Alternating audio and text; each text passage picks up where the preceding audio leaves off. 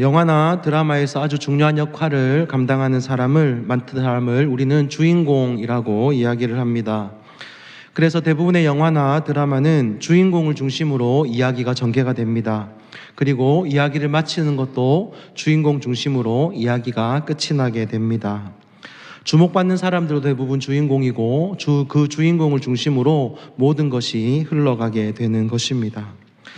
그래서 그 드라마나 영화가 그 많은 관객들을 모으거나 인기를 끌게 되면 그 주인공은 스타가 되기도 하고 많은 팬들이 자연적으로 생겨나게 됩니다. 그래서 많은 사람들이 주인공을 부러워합니다. 주인공과 같은 사랑을 하고 싶어 하기도 하고 주인공처럼 살고 싶어 하는 것이 당연합니다. 그런데 이 주인공이라는 말은 영화나 드라마에서만 사용하지 않습니다. 우리의 삶에서 일어나는 일에 대해서도 우리는 그 일의 중심이 되거나 주도적인 역할을 하는 사람을 향하여 주인공이라는 말을 사용하기도 합니다. 예를 들면 우리의 청소년이 미래의 주인공이다.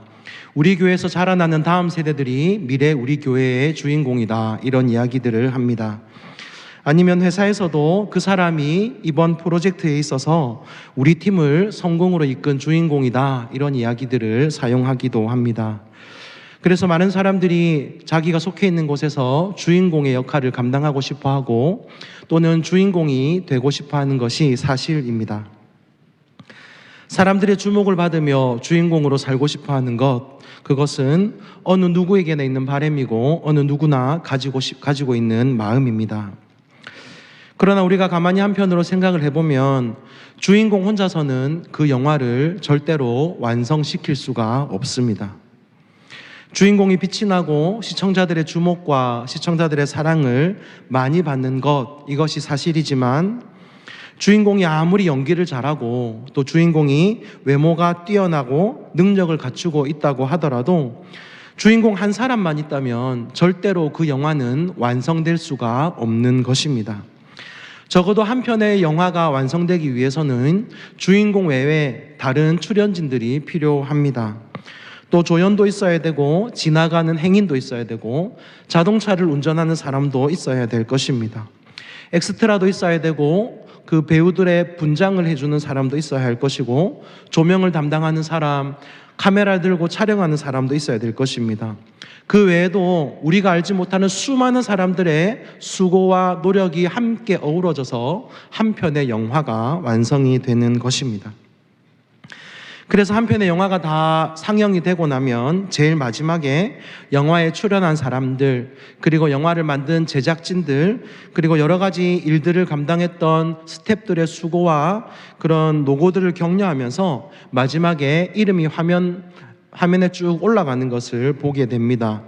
그것을 우리는 영화 크레딧이라고 이야기하는데 이 영화 크레딧을 보면 한 편의 영화를 만들기 위해서 무대 뒤에서 얼마나 수많은 사람들이 수고하고 헌신했는지를 우리는 알게 됩니다.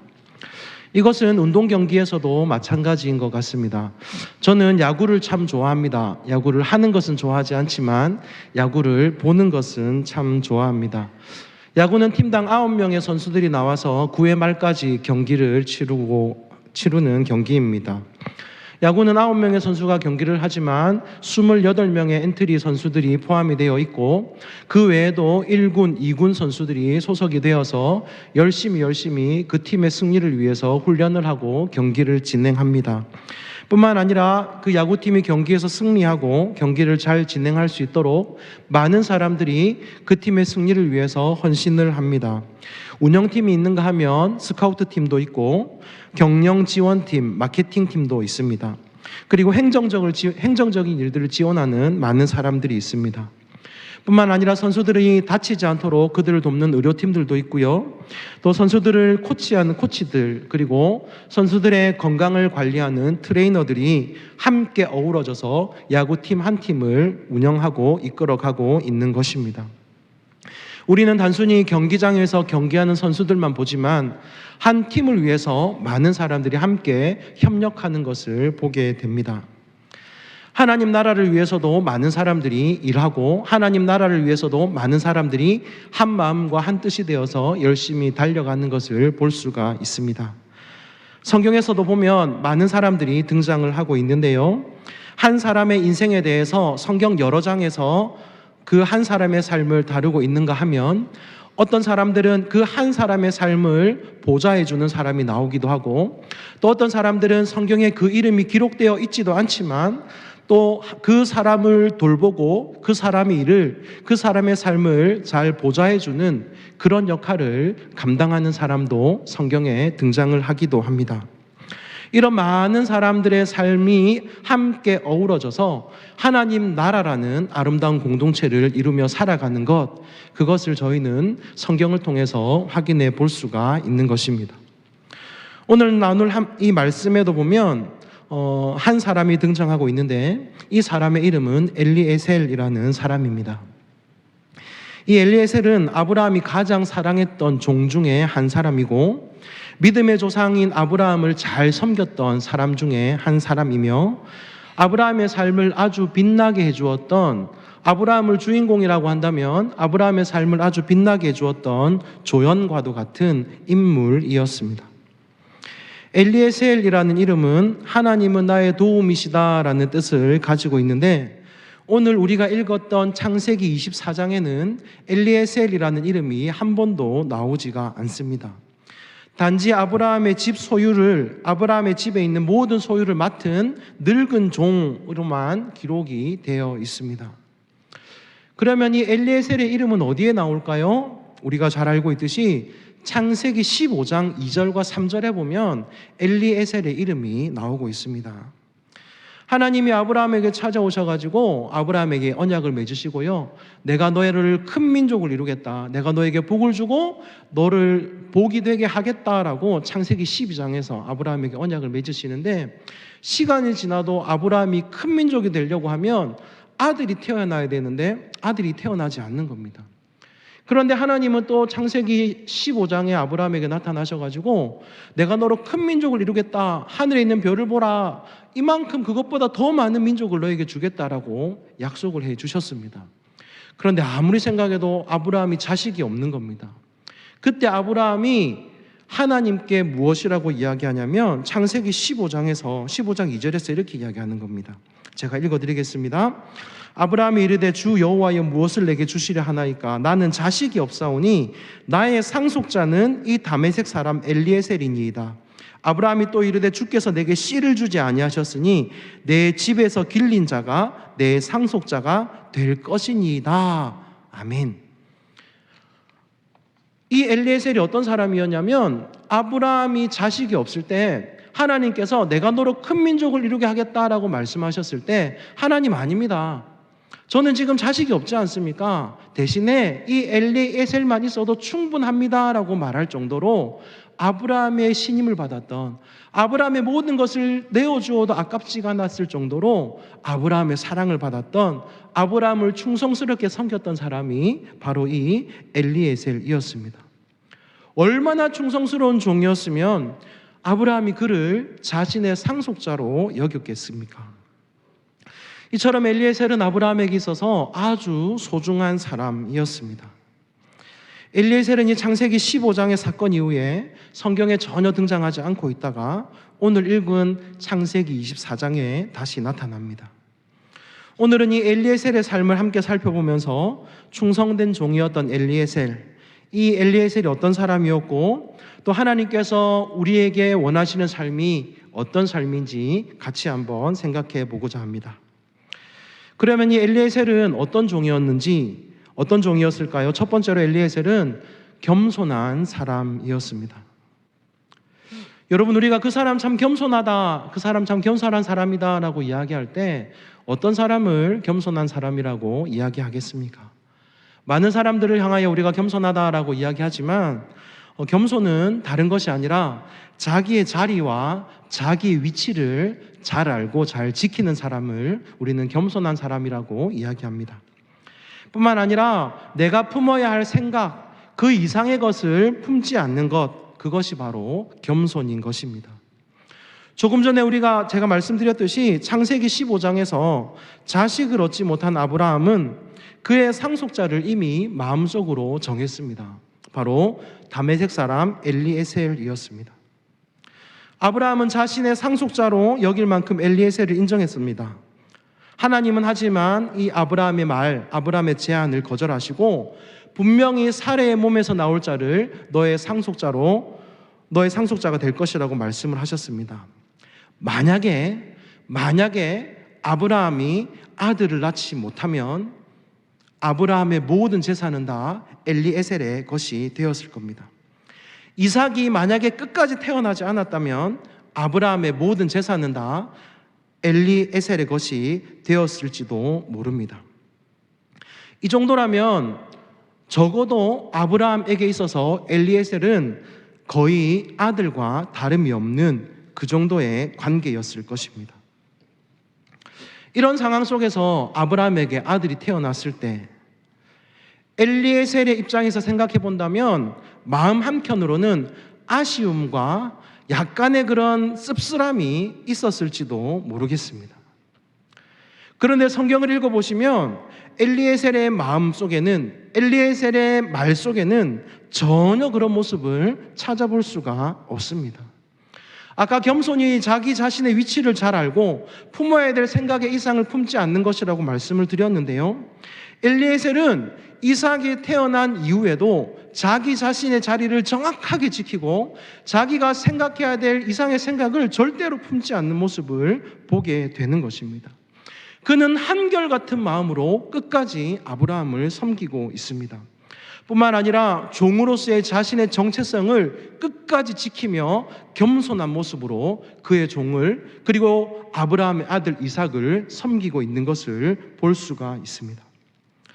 창세기 24장 34절 말씀해 보니까 엘리에셀이 이렇게 고백을 하고 있습니다. 창세기 24장 34절 말씀을 같이 찾아서 읽겠습니다. 24장 34절입니다. 그가 이르되 나는 아브라함의 종이니이다. 아멘. 한때 아브라함의 상속자가 될 뻔하기도 했지만 엘리에셀은 그것을 전혀 그의 마음속에 두지 않고 있습니다. 성실하게 자기 자신의 위치를 알고 있고 자기가 서야 될 자리를 정확하게 기억하고 있는 것입니다.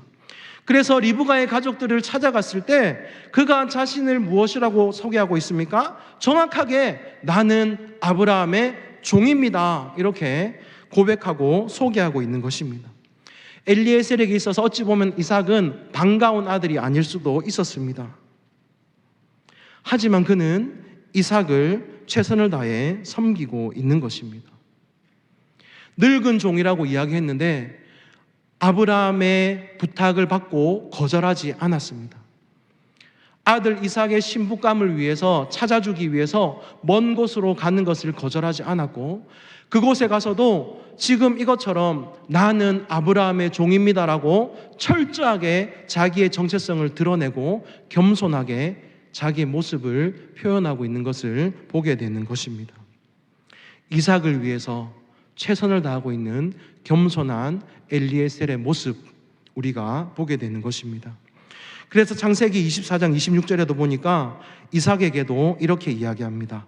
종이 그 행한 일을 다 이삭에게 아뢰매라고 성경은 이야기합니다.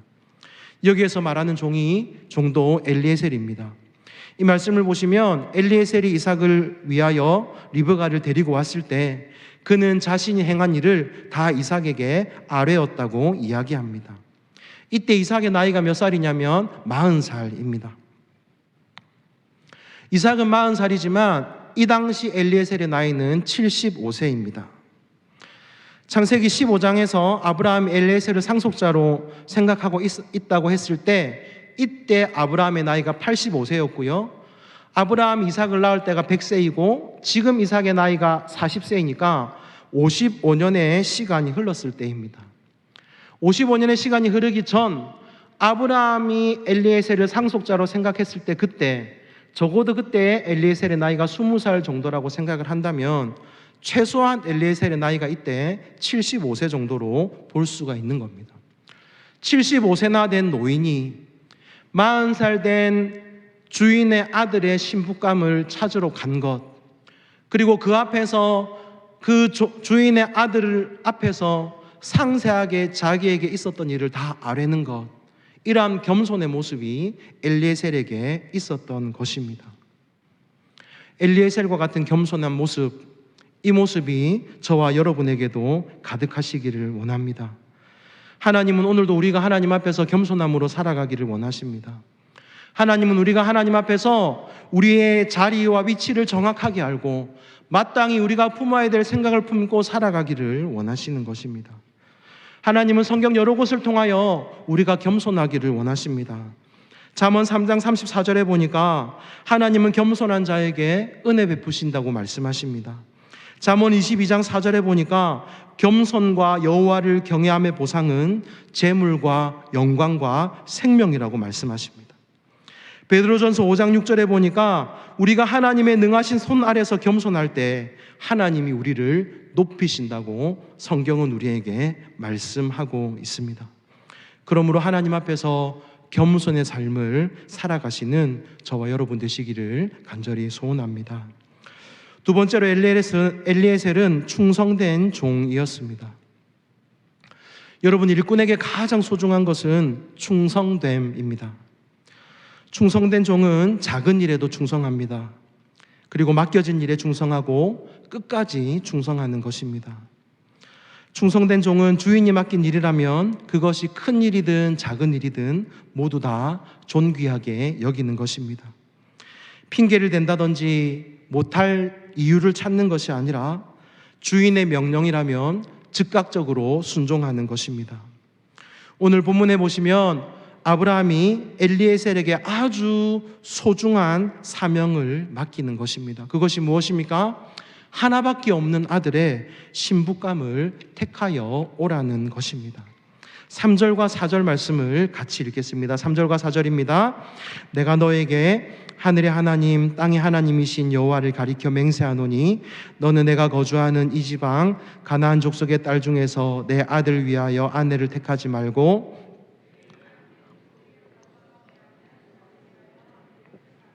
아멘. 아브라함이 엘리에셀에게 이 사명을 주었을 때 엘리에셀의 입장에서는 거절할 수 있는 이유가 얼마든지 있었습니다. 첫 번째로 나이가 너무 많았습니다. 75세였습니다. 성경에서도 엘리에셀을 늙은 종이라고 이야기하고 있지 않습니까? 게다가 지금 아브라함이 머물고 있는 이 부엘라엘로이에서 나홀의 성, 즉 밧단 아람까지는 840km 정도 되는 거리였다고 합니다. 여러분, 840km 지금도 가까운 거리가 아닙니다. 어느 정도 거리가 될까 해서 제가 네이버 지도 검색을 해보았습니다. 840km가 어느 정도 되는지 검색을 해보니까요, 여기에서 승용차를 타고 저희 교회에서 강원도 철원 군청까지 딱 검색을 하니까 422km가 나왔습니다. 고속도로로 갈 때 840km는 저희가 승용차를 타고 강원도 철원 군청까지 왕복해서 갔다 오면 840km입니다. 여러분이 당시에는 교통수단이 다른 것이 없었습니다. 낙타를 타고 온갖 먼지를 다 마시면서 갔다 오면 1700km가 이 엘리에셀이 갔다 와야 되는 거리가 1700km입니다. 여기서 승용차를 타고 철원군청까지 2번 왕복해서 갔다 오는 거리가 1400km 정도가 되는 것입니다. 진주에서 철원을 2번 갔다 와야 되는 그 거리를 지금 엘리에셀에게 아브라함이 다녀오라고 이야기하는 겁니다. 그것도 자기의 신부감이 아니라 주인의 아들의 신부감을 찾아서 오라는 겁니다. 정해진 신부감을 데리고 오는 것도 아니고 가서 골라오라고 하는 아브라함의 부탁, 이 부탁을 엘리에셀이 거절할 수도 있었을 것입니다. 주인님 잘 아시다시피 지금 제가 나이가 작은 나이도 아닙니다. 밧단 아람까지 다녀오려고 하면 거리도 너무 멉니다. 저 말고 좀 더 젊은 사람들 중에, 좀 더 믿을 만한 사람 중에, 일 잘하는 사람 중에 보내면 되지 않겠습니까? 다른 일들은 제가 잘할 수 있겠습니다. 지금까지 제가 열심히 일하지 않았습니까? 이번에는 체력적으로 조금 힘들 것 같습니다. 한 번쯤은 거절할 법도 한데 엘리에셀은 그렇게 하지 않았습니다. 9절과 10절 말씀입니다. 그 종이 이에 그의 주인 아브라함의 허벅지 아래에 손을 놓고 이 일에 대하여 그에게 맹세하였더라. 이에 종이 그 주인의 낙타 중 10피를 끌고 떠났는데 곧 그 주인의 모든 좋은 것을 가지고 떠나 메소포타미아로 가서 나홀의 성에 이르러라고 성경은 우리에게 말씀합니다. 사랑하는 여러분, 이것이 바로 충성입니다. 이것이 진짜 종의 태도이고 자세인 것입니다. 힘들고 어려워 보여도 주인이 원한다면 말없이 순종하는 모습이 바로 충성된 종의 모습인 것입니다. 이런 충성된 순종이 하나님께서 엘리에셀을 충성된 종으로 세우신 이유인 것입니다. 하나님은 저와 여러분을 구원해 주시고 하나님의 자녀로 삼아 주셨습니다. 동시에 하나님의 나라를 위한 종으로 저와 여러분을 불러 주셨습니다. 하나님의 종인 저와 여러분에게 필요한 것이 바로 이 엘리에셀의 충성인 줄로 믿습니다. 저와 여러분이 하나님 나라를 위하여, 하나님을 위하여, 우리를 구원하여 주신 그 하나님을 위하여 이 엘리에셀과 같은 충성된 종으로 살아가시기를 간절히 소원합니다. 고린도전서 4장 1절과 2절은 우리에게 이렇게 말씀합니다. 사람이 마땅히 우리를 그리스도의 일꾼이요 하나님의 비밀을 맡은 자로 여길지어다. 그리고 여러분, 맡은 자에게 구할 것은 무엇이라고 말씀하십니까? 충성이라고 우리에게 말씀하시는 것입니다. 세 번째로 엘리에셀은 기도하는 종이었습니다. 엘리에셀은 아브라함이 그에게 준 사명을 완수하기 위하여 그 무엇보다 하나님께 기도하고 하나님을 의지했습니다. 12절에 보니까 이렇게 이야기합니다. 그가 이르되 우리 주인 아브라함의 하나님 여호와여, 원하건대 오늘 나에게 순조롭게 만나게 하사 내 주인 아브라함에게 은혜를 베푸시옵소서. 이렇게 기도하고 있는 것입니다. 엘리에셀은 기도할 때에도 충성된 종의 자세를 잊지 않았습니다. 그가 지금 무엇을 위해 가고 있는지, 그리고 왜 그곳에 서 있는지를 잊지 않고 분명히 알고 기도하고 있는 것입니다. 엘리에셀은 주인을 위해서 은혜를 베풀어 달라고 기도했습니다. 그리고 이삭의 배우자를 순적하게 만나게 해달라고 기도하는 것입니다. 엘리에셀은 모든 것을 가능케 하시는 분이 하나님이라는 사실을 분명하게 알고 믿었기 때문에 모든 일들을 실행하기에 앞서서 하나님께 기도한 것입니다. 여러분, 이것이 아주 중요합니다. 기도로 시작하는 것, 모든 일을 할 때에 기도로 시작하는 것, 이것이 별것 아닌 것 같지만 기도로 시작한다는 그것이 가지고 있는 의미가 있습니다. 삶의 모든 주권이 하나님께 있다는 것이고 내 삶이 하나님의 것이라는 것을 인정하고 고백하는 것이기 때문에 기도하는 것이 아주 중요하다는 것입니다. 엘리에셀이 기도하면서 이러한 일을 시작하였을 때 하나님은 기도에 응답하셨습니다. 그리고 하나님께서 예비해 놓으신 리브가를 만나게 하셨습니다. 그리고 기도한 그대로 리브가가 엘리에셀을 따라왔고 이삭과 리브가는 아름다운 만남과 결혼까지 이르게 된 것입니다. 여러분, 기도는 내 삶 가운데 하나님이 어떤 분이신지를 알게 하는, 또 하나님이 누구이신가를 나타내는 믿음의 고백인 줄로 믿습니다. 기도는 내 삶의 주권이 어디에 있는가를, 기도는 내 삶의 주인이 누구이신가를 분명히 보여주는 믿음의 표시인 것입니다. 그러므로 문제 앞에서, 모든 상황 앞에서 가장 먼저 기도하실 수 있기를 바랍니다. 기도할 때 승리하게 될 줄로 믿습니다. 기도할 때 응답될 줄로 믿습니다. 기도할 때 모든 문제가 사라지고 기도한 대로 하나님이 이루어 주실 줄로 믿습니다. 기도하심으로 남은 하반기 승리의 삶 살아가시기를 예수님의 이름으로 축복합니다. 마지막입니다. 엘리에셀은요, 모든 영광을 하나님께 다 올려드렸던 그런 충성된 사람이었습니다. 창세기 24장 26절과 27절 상반절, 그리고 42절과 52절에 보니까 엘리에셀은 모든 영광을 다 하나님께 올려드리는 그런 사람이었습니다. 26절에 보니까 이렇게 이야기합니다. 이에 그 사람이 머리를 숙여 여호와께 뭐 했다고 이야기합니까? 경배하고 라고 이야기합니다. 27절 상반절 말씀해 보니까요, 이르되 나의 주인 아브라함의 하나님 여호와를 뭐라고 이야기하고 있습니까?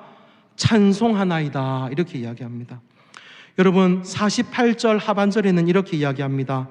내가 머리를 숙여 그에게 경배하고 찬송하였나이다. 이렇게 이야기합니다. 52절 말씀해 보니까요, 아브라함의 종이 그들의 말을 듣고 땅에 엎드려 여호와께 절하고 이렇게 이야기합니다. 여러분, 엘리에셀이요, 리브가를 데리고 오면서 내가 사람 보는 눈이 탁월해서, 내가 실력이 있어서, 내가 열심히 했기 때문에 리브가를 데리고 왔다, 절대로 그렇게 이야기하지 않습니다. 리브가를 순적하게 만나고, 또 리브가가 이삭에게로 가기로 하고, 리브가의 가족들이 다 동의하고, 이 모든 것이 하나님의 은혜였다고 엘리에셀은 고백하고 있는 것입니다. 그리고 그 고백에 대한 엘리에셀의 행동의 결과가 무엇으로 나타납니까? 하나님을 향한 찬양과 경배와 절로 모든 영광을 하나님께 올려드리는 그러한 행위로 나타나고 있는 것입니다. 여러분, 바로 이것이 충성된 사람의 모습인 것입니다. 하나님, 제가 한 것은 하나도 없습니다. 모든 것이 하나님의 은혜입니다. 하나님이 하셨습니다. 모든 영광을 하나님께 올려드립니다. 이것이 바로 충성된 종의 모습인 것입니다. 사도 바울은 그의 삶을 통틀어 고린도전서 15장 10절에서 이렇게 고백합니다. 그러나 내가 나된 것은 하나님의 은혜로 된 것이니 내게 주신 그의 은혜가 헛되지 아니하여 내가 모든 사도보다 더 많이 수고하였으나 내가 한 것이 아니요 오직 나와 함께 하신 하나님의 은혜로라. 아멘. 여러분, 말씀을 맺습니다. 오늘 성경에 비록 직접적으로는 그 이름이 단 한 번밖에 언급되어 있지 않지만 정말 충성된 모습으로 자신의 모든 사명을 완수한 한 사람, 엘리에셀에 대해서 잠시 말씀을 나누었습니다. 그는 겸손한 사람이었고 충성된 사람이었으며 모든 일을 기도함으로 하나님께 맡겼고 모든 것이 하나님의 은혜였다고 고백하고 찬양했던, 하나님께 영광을 돌린 사람이었습니다. 오늘 말씀을 듣는 저와 여러분이 이 다메섹 사람 엘리에셀처럼 충성된 종으로 하나님 앞에 살아가시기를 예수님의 이름으로 축복합니다.